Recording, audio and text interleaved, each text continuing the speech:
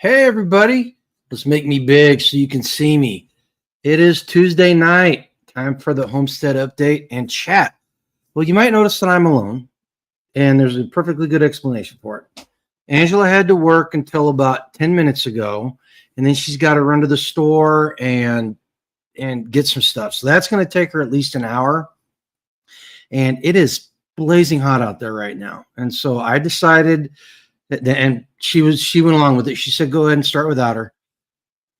I decided to start it at 7. That way I'm done at around 8:15, 8:30, so I can get outside, get the animals out on pasture, and do some work when it's not 105 heat index.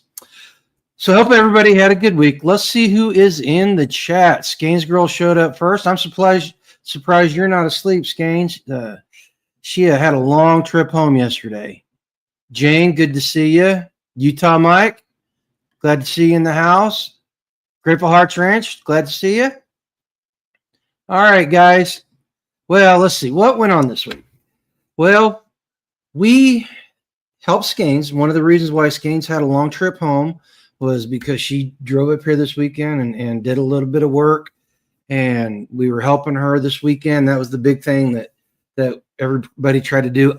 I did not get to help as much as I wanted to or probably should have. I got stung Saturday morning, and by Saturday afternoon when I made it over there to help, I was in quite a bit of pain. For some reason, as I've gotten older, I get really bad allergic reactions to bee stings and hornet stings, and we're kind of debating. Skanes got stung too by the same type of bug, and we're debating whether it was a carpenter ant or a hornet. Either way, it was extremely painful. And I was, by Sunday night, I was really concerned that I was going to have to go to the doctor's office on Monday morning and get steroid shots to make the swelling go down. Luckily, I managed to get enough antihistamine in me, and it went down. It's still a little bit swollen. It's still a little bit tender. But Sunday morning, I couldn't feel my fingertips, and it was really, really starting to concern me. That, and the other story around here. Let's see, some other people popped in. Rosie popped in. Boo to you too. Tag from Life Done Free popped in. We got Half Bubble Off Plum, one of the best names on the internet, on the YouTubes. Evening, everyone. Finally got all the shade cloth over the one garden. Hope this helps the triple digit heat here in North Florida. Yeah, we're getting pretty darn close. We were slated to have triple digit this weekend, but now it's just going to be the heat index is triple digit, which is beneficial. In fact, we weren't supposed to get any rain from Saturday until Thursday or Friday, but that changed yesterday because not yesterday, I guess Sunday it changed because it rained about 4 inches on Sunday, and then it rained yesterday. In fact, Skanes had a little bit of problems getting her trailer. In fact, she couldn't get her trailer because it was so wet, and the barnyard has just been a complete mess. But that's, it's been either wet, hot, or both the last week. It made it really hard to get anything really substantial done outside. Did not get a chance to put the walking gate up by the front, which is fine. It's just I don't think that we're in any danger of anybody coming on our property just yet. And we'll talk about that here in a little bit. Before we go on, if you guys if you're in top chat, get down into the live chat, because you're that way on YouTube, so you'll be able to see all the stuff. Don't forget to hit that thumbs up and that like button. We had it helps us. Let's see. Got so hot that Tag had one of his batteries melt yesterday. Goodness gracious. See, and for him, that's a big deal, because the whole off-grid thing, man, those batteries are essential, and they are not cheap, and they've gotten even more expensive since we all started these journeys recently. That's one of the things that I've been keeping tabs on, because I have to get my solar system up and at least put into place, if not running, before the end of the year. Oh, it's warranty. That's good. That's good. Warranties do come in handy, don't they? But we went out, we helped Skanes, and something that struck me while I was out there. So when we started building a bug out location on a nearby property. That's before we bought the house, before I quit my job. And it was taking me forever to do it. And I got some help from some people, but they were doing their own things. But and Tag was one of them. Tag was the main person helping me, and he would show me how to do it. But he was building his house, and so he would show me how to do it, and he'd help me one iteration. Then he would go do that for the most part, except when it was like pouring concrete or something that needed more bodies. I was basically doing it about 75-80% by myself. And it struck me this weekend. We accomplished so much in about 4 or 5 hours helping Skanes do the building that she was doing. Plus, and this is what really impressed me, was the amount of knowledge that was there just with 4 or 5 people helping was off the charts. And it I couldn't help but thinking, had that infrastructure and that support been in place when we were building our bug out location, when I quit my job, we would have ended up at our bug out location, and no telling how things would have worked out then. But it just goes to prove the point. The people that start it takes exponentially longer than the next people and the next people. And that's because the skills and the knowledge grow, and then you get more hands, and it just gets passed on. Excuse me. If somebody moves into this community in a year and a half and they're looking to build an off-grid house, and they've got the financial resources to do it in one fell swoop, I guarantee you, a 400 or 500 square foot house, we could throw that up in about 2 or 3 days. Easy. If we had all the materials and we had a good planning session beforehand, we had really good plans. One of the things that happens around here is we plan on stuff, but then they change in the middle of the process because we learn something or something changes, and we have to downtime it so that somebody can run and get supplies. And I was doing that all the time when I was building our house, and so it's really great. And it's a great lesson in building community and having those people around you so that you can get more hands and get more help and get more experience and more skills there. And Skane said she learned a lot. I learned some stuff too, seriously. And every time I help, I learn. I went to church on Sunday, so I didn't get there early on Sunday whenever they started. And by the time I got out of church, it was starting to rain. And like I said, I couldn't feel my fingertips, and I was feeling really cruddy. In fact, I came home and took some antihistamine and passed out promptly for about 2 hours. Sunday night, we went to a Midwest preparedness group potluck, and it was enjoyable. It was enjoyable. There's some really good food. They had a dessert contest, and quite frankly, I think Angela got robbed for her dessert. I'm not saying she would have won it, but I think she should have at least placed, because hers was pretty darn good, and the presentation, it looked beautiful. She made a strawberry cheesecake with a brownie crust instead of graham cracker crust, and it was, oh man, it was so good. Yep, we learn as we go. Absolutely, Randy. Absolutely. Lost a couple of chickens this week. There's the other thing. Had one that just croaked, and she was extremely healthy the day before. Or let me rephrase that. There were no chickens that were showing signs of being sick, and she just killed over and died overnight for some reason. And then the next one happened yesterday, and I felt so bad. I let the goats and sheep out onto pasture, and apparently she got trampled underneath them. And when I found her, she was halfway buried in the mud, and she wasn't breathing very well. And I got her out and tried cleaning her up, and I took her into the coop and made a little bed of hay, therefore, and straw, so that she could get warm and all that stuff. And she perked up when I did that, and she had her head up, her eyes were open, they weren't cloudy like she was sick or anything. And I thought she was going to pull through, but I went out there this morning and she was barely alive. So I had to put her down, which always sucks. And then, her and the other chicken ended up going into the compost pile today. So it sucks. It's just part of life. the rest of the animals, I let the next batch of chicks out of the brooder, so they're out and about, and they're doing good. They're still really skittish, and they're still not sure where to go every night. So I'm having to go out before I shut the doors up and chase them all inside and make sure everybody's inside. But they're doing healthy. I got one more batch that's got 3 guineas and 3 chicks in it, 3 chicken chicks, and they're going to go into the big brooder here in the next day or two. After this last batch gets used to being out of the brooder, I'll chase them all out and shut the door and move everybody over, do a little bit of cleanup. So, and it's getting better. We lost one of our guinea hens. Well, I say lost, and I don't mean she's gone for good. She may be, I don't know.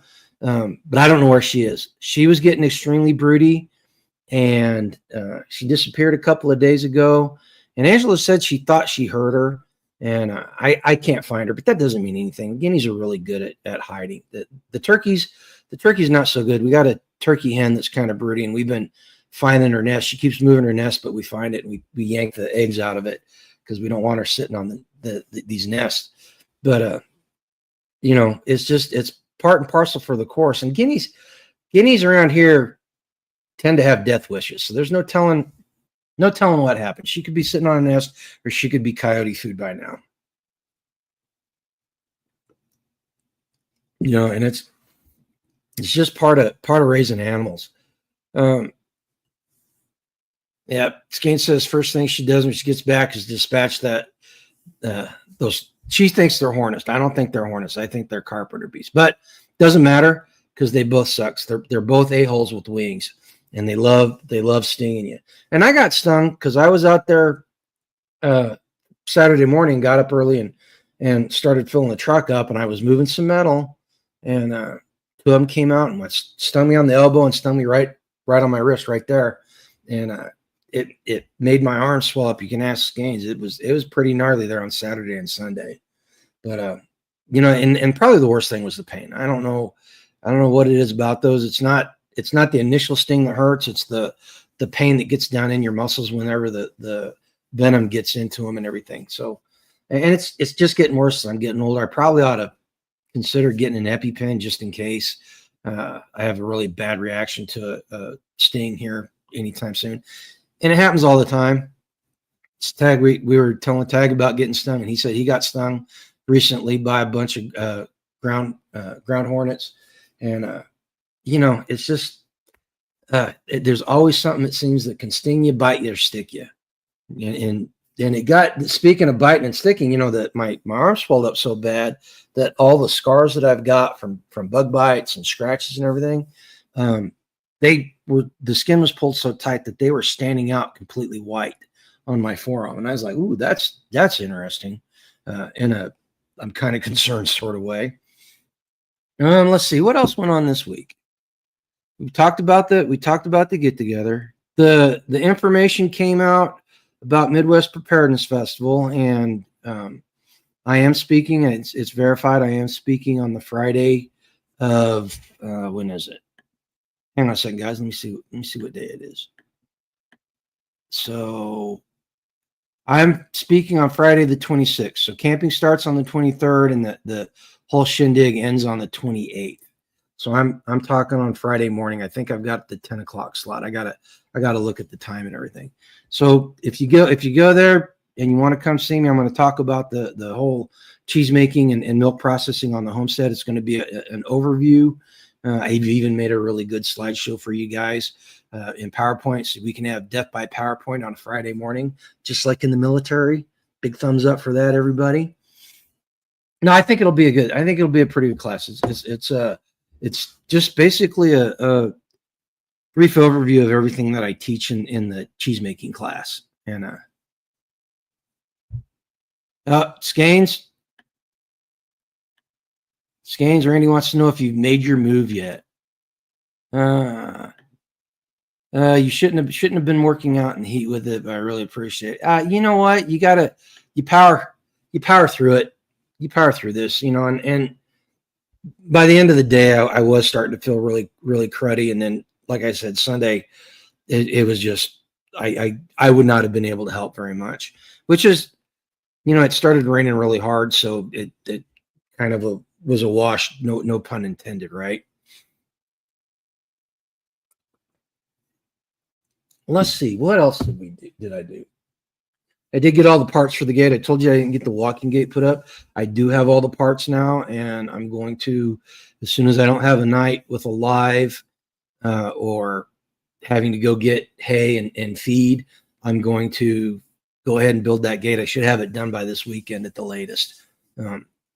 Lord knows it's not supposed to rain that much between now and Saturday, so I won't be rained out, and I'll be working in the shade, so I won't be having to put up with the 105, 110 degree heat index that they've got us slated for. We lucked out. It rained here. It rained really hard just east of us again. And they got hit the week before really hard, so they're kind of reeling for it. Luckily there wasn't any flash flooding. Okay, well, that's about it for the homestead update. Really, like I said, because of the rain and the heat, did not get a lot done outside. Let's see here. Best thing I found is old wives' tale. Put stuff, snuff or chewing tobacco on it, and it stings. Yes, it does. It helps kill the initial sting. I can verify that from when I was a kid, because we used to take our Red Man and stick it on bee stings. Okay, so what do we want to start with now? I'll tell you what. Let's start with stuff locally. So let's talk about an update on the whole county commissioner thing here in Jackson County, Kansas. They put out a I don't know if they call you. It's not a revision. They put out a resolution explaining, I guess is the best way to put it, explaining their intent, because the outcry, what they had with the resolution, where they told people they were going to come on their property and there's nothing you can do about it.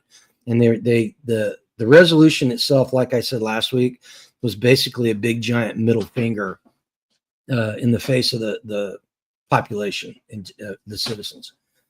So they did that, and then there's talking with people. I'm hearing that things are not going well for them, and they're feeling a lot of pressure. And I talked to several people that live in the community that had no idea what was going on, and I turned them on to it, and they were extremely upset. They overstepped their bounds, and they've got statutory. I found this out talking with Tag. They've got statutory authority to request permits. Where they overstepped was the way they're approaching inspecting code. Inspecting codes for code adherence, if you will. That's where they overstepped. We've got some very high profile people involved. I was going to call yesterday and today and find out. I was doing some research over the weekend, and I cannot find any place where they discussed this resolution publicly, and there was no public comment. There's no record of any discussion. It's literally, as far as the citizens of the county go, it's literally like the resolution appeared out of nowhere. It just materialized and was there for them to sign it. So I want to make sure that I'm not missing anything. So I still need to call the county clerk and find out if they can tell me where this discussion is in the public records. And if they don't have anything public, I'm going to request a CORA, which is a Kansas Open Record Act letter. I'm going to submit one to the county clerk, and I'm going to ask for all the pertinent emails and texts and notes and everything that they've got, because I want to know. I think it's really important. Number one, they need to be held accountable. If they did not do this above boards and they violated the Kansas Open Meetings Act, which is COMA, sunshine laws is what they call it over in Missouri. If they violated that, they need to be held accountable. But I don't want to go off half-cocked. I don't want to make any jump to any conclusions without knowing everything, right? And the second thing is, I want to know what the we know what the intent was. The intent's to make money and to get the people of the county in line. That's the intent. But I want to know the spirit behind it. I want to know what was said and how it was said during the conversations that they had. And admittedly, they're in text and email, so you can read into it what you want. But if you are level-headed, you can really figure out what the spirit behind it was. And personally, the way it was written, it just seems vindictive as hell. Seriously, it just seems extremely vindictive, and that needs to be brought to the public's attention at the very least. And I realize that by doing this, I am opening myself up for them to look at me with a magnifying glass, and so be it. If it doesn't, I really prayed on this and slept on it. I don't want the hassles. I want to be left alone. And if I don't do it, who will? Right. And when it comes to being involved in local politics, and it comes with doing what is right, really, that's the way you should look at it. If you don't do it, who's going to do it? Who's going to do the moral and ethical thing here? Definitely the county commissioners and the county government as an entity. It's not going to be that. It's not going to be them. Now, and I'm not, when I say that about the county government, I am not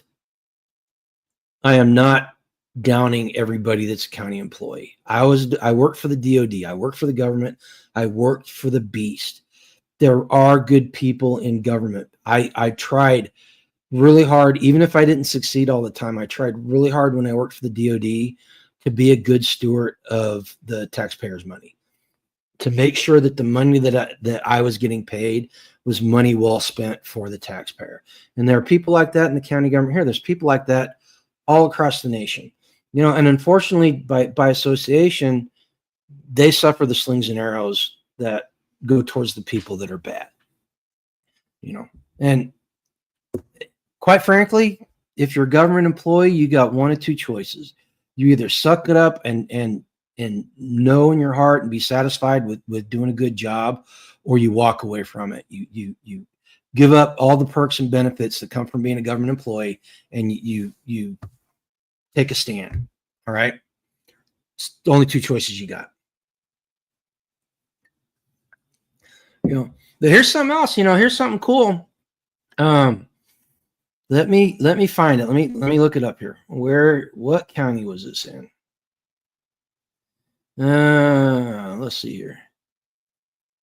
So here in Kansas, we are not the only people that are demanding accountability and transparency.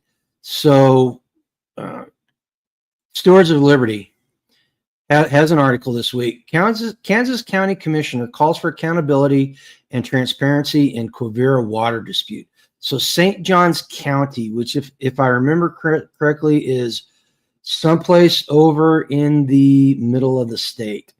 They are having a back and forth with the federal government, the U.S. Fish and Wildlife Services, and the federal, and the Fish and Wildlife Service over the Quivira watershed. So there, we've got county commissioners that are demanding accountability and transparency from the federal government. And reading the article, I just kind of perused it earlier, but going through it, it looks like the federal government is using the National Environmental Policy Act to stop development, and they're voicing concerns that the refuge is not being managed in accordance with the 2013 plan that was developed. So they're trying to do what's best for the people in their county and the people of the state of Kansas as far as the dealing with the federal government. So I thought that was pretty cool. A couple other things. I found this interesting. So Zillow it's claimed that Zillow and other real estate sites are uh, devaluing land when they post it online, when they post it on their listings. They are devaluing the land, which hurts the landowner. They're trying to get the land sold for less than what it's actually worth, and apparently some people are getting really upset about it. You know, they're claiming it's being done so that developers can get the land instead of like regular citizens. So we will keep an eye on that. I've never been a big fan of Zillow. About the only thing I found it worth is for pictures and seeing what the land actually looks like, the values and prices that they put on it. If it's not an actual MLS listing that it's tied to, they're way out of whack. They're way undervalued, and they always have been. So you know, we will keep an eye on that. And then the last one, which I thought was cool, and again, you know, here's the deal: you can bag on Trump and the administration for the stuff that you don't like or they haven't done, and you can say that, oh, they're just like everybody else. Sure, they're politicians and it's politics. At the end of the day, they don't care about you and I, except about how we can support them. But I will say this about Trump's team and what he's trying to do and what they're forcing the GOP to do is they are at least trying to slow down the rot and corruption in the government and give us a little bit more time. You know, is it going to work? Who knows? Are they being corrupted by the swamp, and have they backtracked and basically lied to people? Yeah, they have. You know, but you gotta look at the totality of it all, and when something good happens, we need to say something, and this is one of those cases. So NASA will no longer post climate data from the National Climate Assessment website because they rightfully claim their assessments are politically driven and lacking any scientific basis. Imagine that. A government-funded climate website that ignores the science and cooks the data. I'm shocked. But NASA under the Biden administration started using that and started posting that data on the NASA website. And the new administration at NASA has nixed that. It's not going to happen. They are not going to allow it to be put up there. So you know what? Little victory, but it's a victory nonetheless. Okay. Hey, before we go on, I want to do a public service. This is a public service announcement. Okay. Some of you people, you know, you're either learning how to drive, or you're getting older. Going to share something that to help you drive. You ready? Okay. Know your pedals. All right. This is an automatic car with an automatic transmission. The one on the right is for riots, and the one on the left is for school zones. Remember that, and you'll always be safe, and the innocents will be secure. And you are welcome for that public service announcement. Oh man, I thought I'd at least get one thumbs up out of the chat on that. Oh, maybe the chat's not working. Tell you what, listen. No, I guess chat's working. Oh, you know what? I guess the things lagging a little bit. Either that or Randy takes a long time to type. He says, I look at it this way: how many campaign promises has he done? Now compare that to the other presidents. What's the difference? Oh, absolutely, Randy. Well, if I can get it off there. Okay. All right. Going on to the next one. This is from Jace. Let me pull this up on my tablet so I can read this to you. Jace had a couple of things in their weekly newsletters the past couple of weeks that were very interesting. So the first one was last week, and they reported that there's a 200% tariff coming on drugs coming from China. Good thing, bad thing. We should not be getting our drugs from China or any other country. We should be manufacturing our medications and our drugs here in the United States, plain and simple. Sad reality of it is we don't, and we aren't for quite a while, if ever. So just be aware, drug prices, medication prices are going to go up. They're surely going to go up at some point. And the other one, which was in this week's newsletter, was the antibiotic shortage becomes a global issue.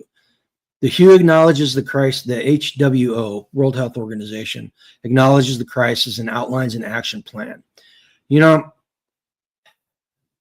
I have zero faith in the World Health Organization, but people like Jason and other organizations that are in the know and are looking out for these type of things have been saying for quite a while that there's a shortage in it.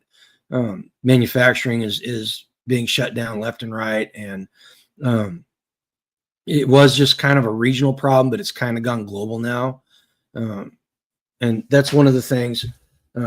One of the reasons why I like Jace, because Jace allows us access to those antibiotics and things like that if we need them.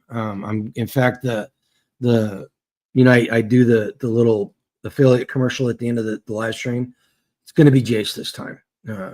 So if you're looking to get antibiotics or get a yearly supply of your medications, I'd suggest you go to Jace. I've heard there's other companies. I really need to look into them, because if they can do a better job, give people a better deal than Jace does, I'm going to pivot, and I will reach out to them and try to become an affiliate. I want to make sure that you guys, if you go through affiliate links, or even if we're talking about something we use, I want to make sure that you guys get the best possible buy for your dollar. You get the bang for your buck, if you will. Want to make sure that happens. All right. So just think about that and remember that going forward if you take medications and stuff. Here's a good one. I found this today. I found this today. This is very, very interesting. So there's an organization, believe it or not, and this is going to be a shock. This is going to be a complete shock to you. The people that are doing this are the same people that organized and took part in the No King's Day. They are trying to put together a quote unquote people's sick day, which they hope will cripple the U.S. economy and hurt the Trump administration. You know, while they're hurting the Trump administration, they're hurting normal everyday people. But that doesn't matter. All they care about. They've got a plan. They put a plan out, and I looked it up, man, and it's like a 25-part plan, and it is every single leftist dog whistle you can think of. $20 federal minimum wage, impeachment of Trump, divestment from Israel, everything that the left champions on a regular basis. That's what they want. And what they want to do is they're going to give people 48 hours. Once they decide when it's going to happen, they're going to give people 48 hours so it comes as a surprise. And they want everybody to not go to work for 3 days. And the site I was reading on the comments, one of the best comments that I read was, it's just like the No Mexican Day. The guy had a Mexican working on his construction crew, and he quit. He skipped work for 3 days, and he fired him. Called him, didn't even let him come back to work, called him and told him that he was done. If you're a business owner, or you have the ear of a business owner, and first off, this thing actually happens, and second off, if somebody at your work actually does that, go ahead and put the bug in their ear to fire them. You should fire them yourself if you're the business owner. Yeah, Randy, you're absolutely correct. It's going to put a bind on people that actually show up and work. And here's the deal. Here's one thing I noticed, and this is just me. This is personal. This is anecdotal. So take this how you will. I've worked with people. The nursing and hospital industry is jam packed with screaming leftists. I mean, the pink pussy hats at work and rainbow stuff. They're extreme leftists, a lot of them. And the thing about people like that is, even when they're at work, they put people in a bind. People carry them. They spend so much time being offended and not working and having to deal with drama and all this other stuff. They just make it hard on everybody else around them, period. And it's not a generational thing. It's a political affiliation thing. It's a mental, let me rephrase that. It's a mental thing which causes these people to be all similarly affiliated politically, So yeah, they don't care.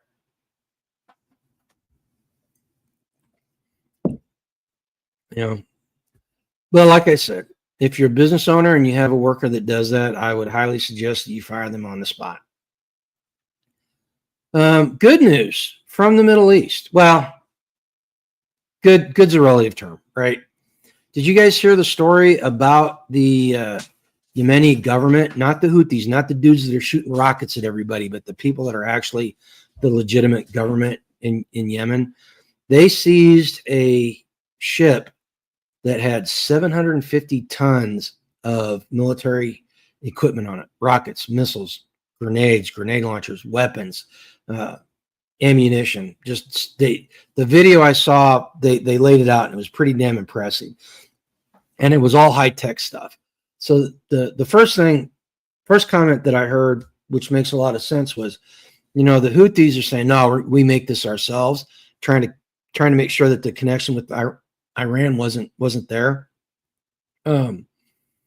They put that to rest. I mean, there's no way the Houthis made this stuff, and it was obvious it came from Iran. In fact, they traced it back to a company that has close ties with the Iranian Guard people, the really rabid ones. And the other thing was, and I couldn't help but think this, the Houthis and these people in the Middle East, the people that are the terrorists and the ones that want global jihad, these people are mouth breathers. Sure, there's some intelligent ones in there, and they become the bomb makers and the weapons makers and the rich leaders of these groups. But most of these people are really low IQ mouth breathers. Seriously. And the fact that the left wants to let them in the country en masse just boggles my mind. The very same people that would kill the left-leaning people in this country in a heartbeat, they want to let them in mass. Let's see here. I worked in a hospital for 26 years, definitely a lot of leftists. I learned quickly who I could be honest with and who I couldn't. Yeah, I just learned to not talk about certain things and to keep my mouth shut. And the only reason why I did that was because it was a very well-paying job. I got paid very well, and putting up with those type of people isn't it's not something that's extremely hard. It's just irritating. But it's part of the reason why I earned my nickname of Grumpy G back then. But I'll tell you what, once it finally started getting to me as I got older, it finally started getting to me. And whenever I was forced to go work for a center or lose my job, that's when I was like, okay, I'm going to start looking for a job. It took me 3 years to find the job I wanted out of that. Unfortunately, that job was working for the DOD, and we all know how that turned out. I'm sitting here talking to you guys tonight about it versus at my old place paying a mortgage. Oh well. Did that sound a little bitter? Yeah, it might have been a little bitter. Oh goodness. But yeah, that was that. I found it very interesting. In fact, it was Preston Stewart. If you his video from today, he on YouTube, he highlighted this stuff, and the video that they put out was very interesting, as far as I'm concerned. Let's see. Gosh, when I'm here by myself, I just rip through this stuff. Man, we haven't even been at this 45 minutes, and I've already covered everything that I wanted to talk about. You guys got anything you want to talk about? We can do that. I do Rush Limbaugh tonight. I can turn the thing over to you guys, the amateurs in the comments, and see what happens. Oh my goodness, I forgot before we go on. I'm just drinking lemonade, Randy. Just regular old cheap, great value lemonade. Moment of silence, please, ladies and gentlemen. Just a moment of silence. Ozzy Osbourne passed away. If you're not a child of the 80s and not a heavy metal person, it doesn't really mean much to you. You might know him from the stupid TV show he did. You might know him from his left-wing kids and his Ozempic wife. But back in the late 70s, early 80s, if you were a teenager and you're into heavy metal, he was a rock god, and he's legitimately the first superstar of a lot of people my age. Yeah, Ozzy passed away at 76. Kind of shocking.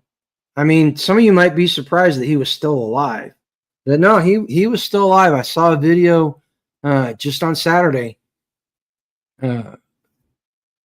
Mississippi Homestead Journey says he saw Black Sabbath with Van Halen. Yes, you are old.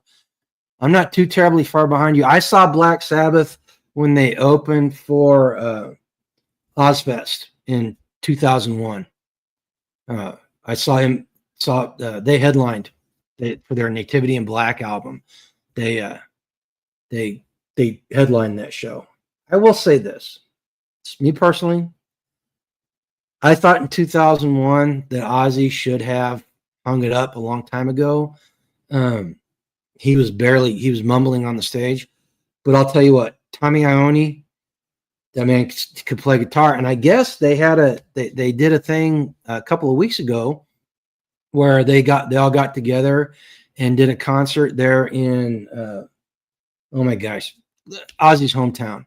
But they did a concert. I saw a clip of the concert, and they had Ozzy in a great big, looked like a great big black jewel encrusted throne, but it was actually a wheelchair, and he was singing, and he sounded just as bad as in 2001, but it was Black Sabbath. Everybody was grooving on it. Everybody was loving it. And I'm not gonna lie, as I'm in the car or I'm working, if I've got the radio on, I've got it tuned to the station that plays the 80s heavy metal and rock. And when an Ozzy song comes on, man, I still remember Crazy Train as a freshman in high school. I still remember all the seniors playing Crazy Train on the football bus, going to football games. Randy says he never saw Black Sabbath, but he did see ZZ Top first time at the Texas. Oh, that would have been fun. Dusty Rhodes, man. There's another guitar player that can just rip it. They're getting old. Everybody's getting old. They're doing a thing here in Kansas City. It's actually in Wyandotte County at the amphitheater, but they're doing a 40th anniversary of one of the rock stations here, and they've got 38 Special, Loverboy, and Jefferson Airplane playing at the amphitheater. I would not mind seeing 38 Special. I would not mind seeing Loverboy, but having Jefferson Airplane on that headline just doesn't do it for me. Sorry, guys, I can't do it. And I remember when that radio station went online. I was still living in Kansas City. I hadn't joined the Marine Corps yet, So I remember when they went online. They actually changed. They changed stations. They changed frequencies, and they changed call signs. And KY 102 went off the air, and 101.1 The Rock came online. Skanes saw Loverboy. Hey, we don't need to hear about your ex-boyfriends, okay? They're Skanes. Let's see. Who have I seen? I saw Journey. I've seen Journey. Bryan Adams. Steppenwolf. That was Steppenwolf and the Guess Who. Saw them. Actually, I haven't seen a lot of concerts, to be honest with you. Probably the best concert. Randy Rhoads. Randy Pitts. That's Randy Rhoads is the guy he played it for. Yeah, Randy passed away early to mid 80s, I guess it was. Oh no, see, Skanes is hurting me now. Just rubbing it in. She saw Rush as her first concert. I never got to see Rush. Came close a couple of times, but I was in the Marine Corps and wasn't able to do it. And same with U2. I didn't get to see U2. Somebody actually had tickets for the U2 concert that they did there in Phoenix that they filmed. Whatever album it was that had Street with No Name on it. They did that. But I just never felt like going to concerts. Oh, the 2112 tour, probably that's one of my 10 Deserted Island albums. So if you sit down and think about this, you're stranded on a deserted island. You can only have 10 albums there. What 10 would you take? And that's your playlist. Those albums are your playlist to the end of time. And mine has changed from time to time, but there's a certain amount of records that are on there that have stayed on there throughout the years. Rush 2112 is one of them. Operation Mindcrime by Queensryche is another one. The Best of Bob Marley is the third one. The Best of the Doors is the fourth one, because those two are compilations of their best hits, but they capture the catalog perfectly, and those four, and then the Cult, Sonic Temple, those five always stay on my top 10 list. And if there's any song that comes off of those albums that's on the radio, I will stop and I will listen to them. Man, you guys got to see a lot of good stuff. Len went and saw Metallica when they opened for Ozzy in 89. Mississippi went to Led Zeppelin in 1977 in Birmingham, Alabama. I bet that was a blast. I'll bet that. Pink Floyd, The Wall, is that one of your top 10 ones? I never was a big Pink Floyd fan. I will say this: the movie The Wall is probably one of the best rock and roll movies out there, if not the best. I think maybe Tommy may surpass it if you like that kind of music, But I could never figure out why the Who was not as big as the Beatles. And I could never figure out why, like, the Cult wasn't as big as Metallica, or I'm not Metallica, Guns N' Roses, or any of those bands. I like these bands that were not the ones, or not. I'm sorry, the Who wasn't as big as the Rolling Stones. Not a big Rolling Stones fan. Just never was into them. God, Rosie's been around too. Look at that. Journey, AC/DC, Led Zeppelin, Air Supply. Oh, that's her go-to music. I was going to say.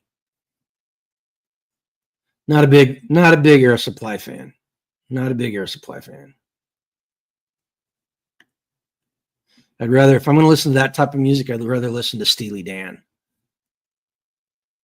Not that they're bad. It's not my cup of tea. Let's see here. Randy says, we are just another brick in the wall. Yeah, I don't understand it. Mississippi, I do not understand it. I know part of the problem with the cult. They never they were very experimental, and they never had two albums in a row that were the same. The Motley Crue, some albums were better than the others, but they were all basically the same. AC/DC, all basically the same. The cult was just kind of all over the place. Hey, Zeg. Let's see here.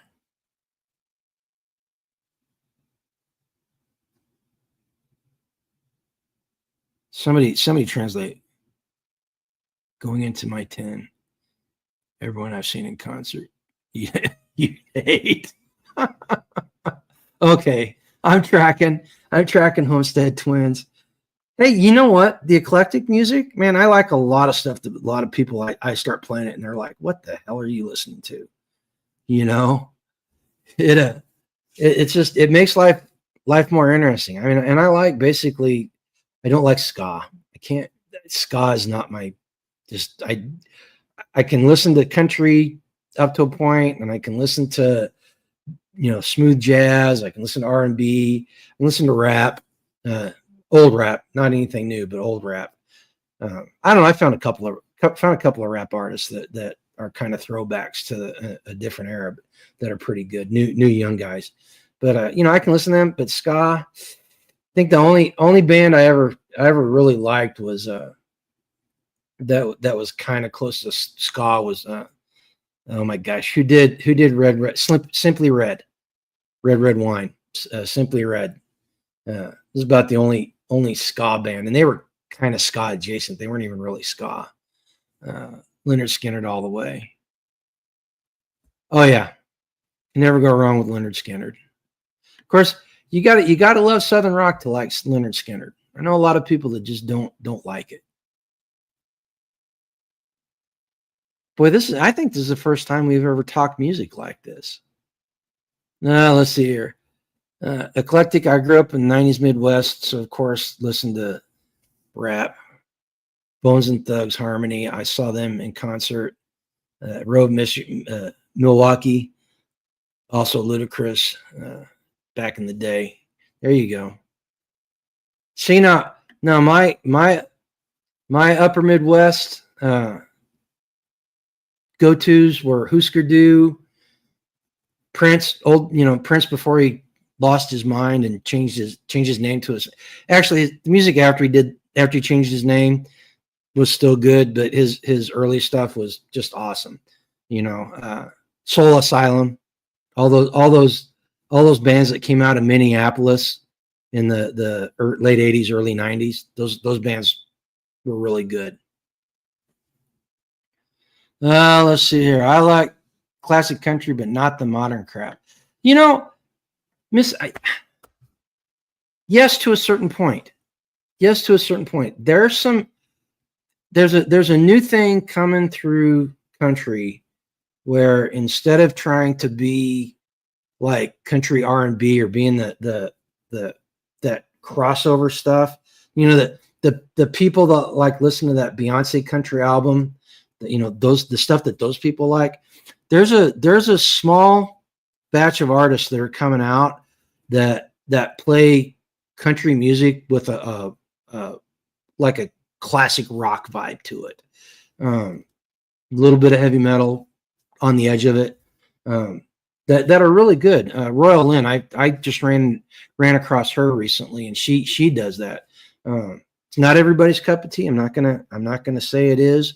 I think that it's kind of a mixture of the stuff I like about country and the stuff I like about rock and roll. The Sammy era was pseudo Van Halen. Different Van Halen. Eddie Van Halen. I personally, I think that Sammy Hagar made Eddie Van Halen mature as an artist. And if you look at the guitar playing and the music writing, not the lyrics, but the music writing after Sammy Hagar took over, it's much more how do I put it? It's more musically, it's better. All right. I'm just going to say it. The Van Halen, the thing that made Women and Children First and all the other, all those early albums, Van Halen 1, Van Halen 2, the thing that made those good was that they were new and they were gritty and they were different.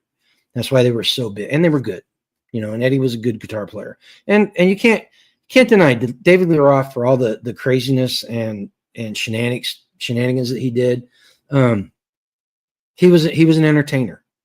You know what? Skane says it wasn't the same without Diamond Dave. Well, no, it wasn't. It wasn't supposed to be. That's one thing. That's one thing that ruins a band. Who was it? Oh gosh. Well, Journey for one. Steve Perry got throat cancer and he had surgery and he couldn't sing, and they found a guy from the Philippines that sounded exactly like Steve Perry, and they got him and they tried to get him to go on concert with them, and he did, but it wasn't Journey, and they suffered for it. Some bands can get away with shifting lineups, like Soundgarden was able to do well. Red Hot Chili Peppers have gone through a couple of different people because of drug overdoses and deaths and stuff. And they've been able to manage it. But other bands just had Van Halen tried to stay Van Halen with David Lee Roth, like David Lee Roth 2.0 or whatever, it wouldn't have worked. Yeah, Lynn's absolutely right. David Lee Roth didn't want to evolve. Let's see here. AC/DC yeah, exactly. ACD. Of course, AC/DC. You got Angus Young on the guitar, and he kind of musically. I don't know if he writes that many songs, but musically he kind of drives the whole thing. Homestead Twins. That Steve Perry fill-in sounded great, but you're right, it wasn't the same. I believe Steve. Yeah, I heard that. I haven't been able to find any videos of him singing. He's got him, Steve Perry, and the guy from Boston. I don't remember what his name is, but in my youth, from like 76 to 82, those two guys, man, they did not need auto-tune. They didn't need anything. What you heard on the album is exactly what you heard in concert. Skanes wear out 3 Back in Black cassettes. I've been known to do that. Tiger. Hey, Tiger. Saw you come in. Sorry I didn't say hi. There's a lot of bands who changed their head singer successfully. AC/DC, Alice in Chains, etc. Yeah, absolutely. Absolutely. Yeah. Some bands do it. Some bands can't. That's one of the reasons why that guy that ate Axl Rose is back with Guns N' Roses. Boston, the only perfect debut album, musically, structure, etc. Absolutely. I will agree with that. I'll allow it, as they said. I will agree with that. It was very well done. Of course, that's one of the things. Think about this. Think about this, guys. So statistically, most of the people in this chat, most of the people that find this video are going to be Gen Xers or a little bit older. Okay. Those big arena bands that came about, say, from the early 70s up through 82, 83, we're talking Chicago, Kansas, Styx, all those big ones, AC/DC. All these bands, they don't make bands like that anymore. And I say make because the music industry up until recently has been a corporate thing. They manufacture these bands. That's why we get all the boy bands. That's why we get the girl bands. We get the ones that all sound the same. You know, they don't make them like that anymore. And these people, they would fill up stadiums, and they didn't have auto-tune. They didn't have all the modern mixing stuff, and they were able to rock these stadiums. Absolutely. That was back when, you know, yes, Eric Clapton. Yes, he's extremely good. I don't understand why Joe Satriani and guys like Steve Vai did not get as much recognition for guitar playing as what Eric Clapton did. Because quite frankly, Joe Satriani, Surfing with the Alien, as far as I'm concerned, is probably the best rock guitar instrumental albums out there. Just plain and simple. And and I don't understand why guys like that don't get the love that Eric Clapton got. I know part of it because he's rock and roll royalty. I mean, he was with Cream. Was it Cream? Oh God, I'm getting old. I can't believe I can't remember. Somebody quick tell me who Eric Clapton played it with before he went solo. I want to say it's either Cream or the Yardbirds. I know it's one of the two. Anyway, so he's rock and roll royalty, and he does have good music, but still.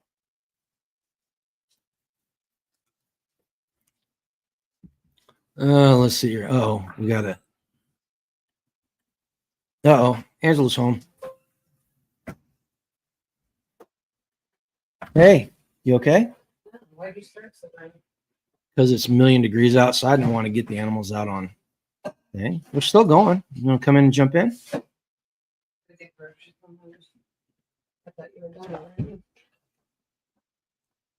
But Angela just got home. Okay, Eric Clapton, Cream, and Derek and the Dominoes. Stevie Ray Vaughan, the great one, absolutely. Oh, Terminator's in the house. Oh, goodness. Terminator, what's your favorite band? What band did you see in concert, and what's your favorite band? That's what we were talking. Okay, Cream. Okay. Good. Glad to know I wasn't completely off base.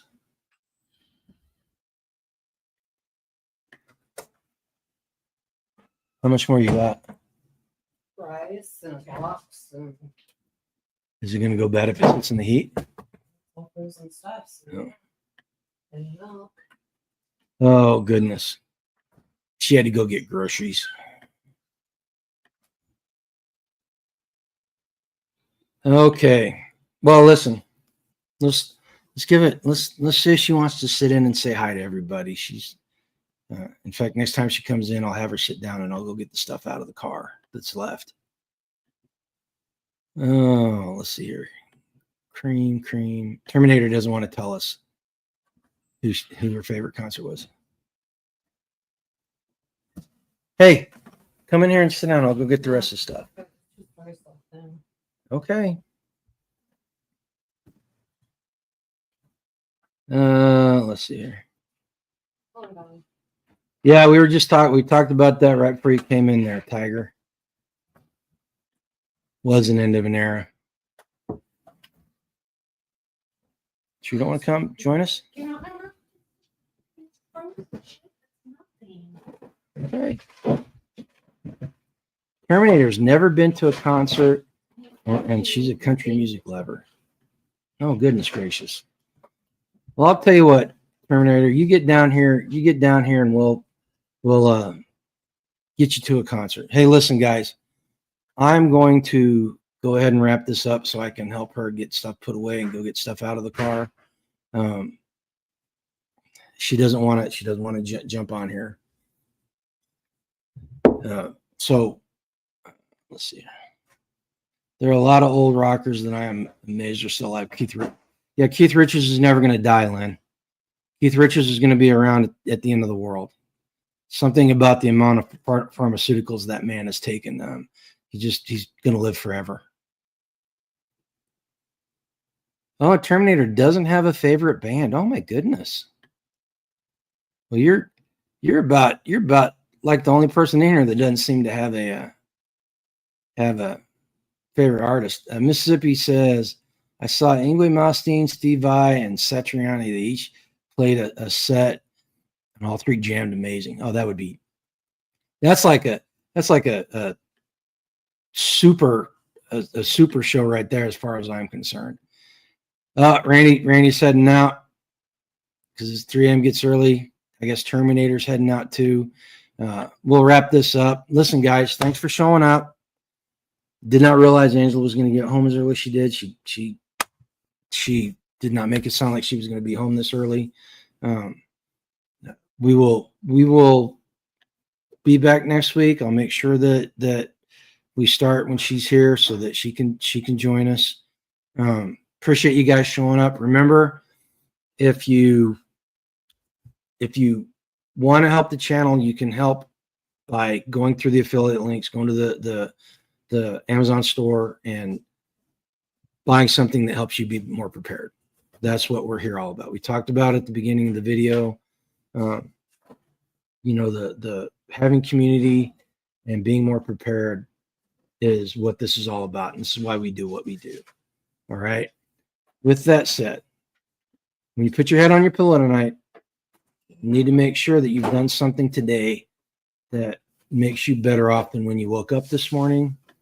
And you need to go out and tomorrow be 10% better, be any percent better than you were when you woke up.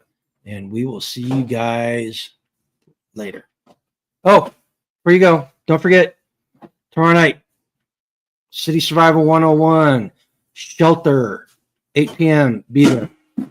Do you ever think about living in a world where we don't have access to modern medicine anymore? Infections just aren't going to heal themselves. They're just not going to magically get fixed. These medications will become life-saving for you and the people you care about. And it's all done online through the Jace Medical portal. This kit right here, it's called the Jace case. Jace Medical, they can supply you with emergency antibiotics. If somebody gets really sick, that might be the only thing that can save their life. And it's full of the top 5 antibiotics that we would need in an emergency situation. It's an actual doctor that's prescribing you to this. It can be tailored for you specifically. Getting our Jace case was super simple. We just went on their website, filled out a short form. It was reviewed by a board-certified physician, and then he wrote the prescription and mailed this to us from a real pharmacy. This is a great addition to your medical kit. And it's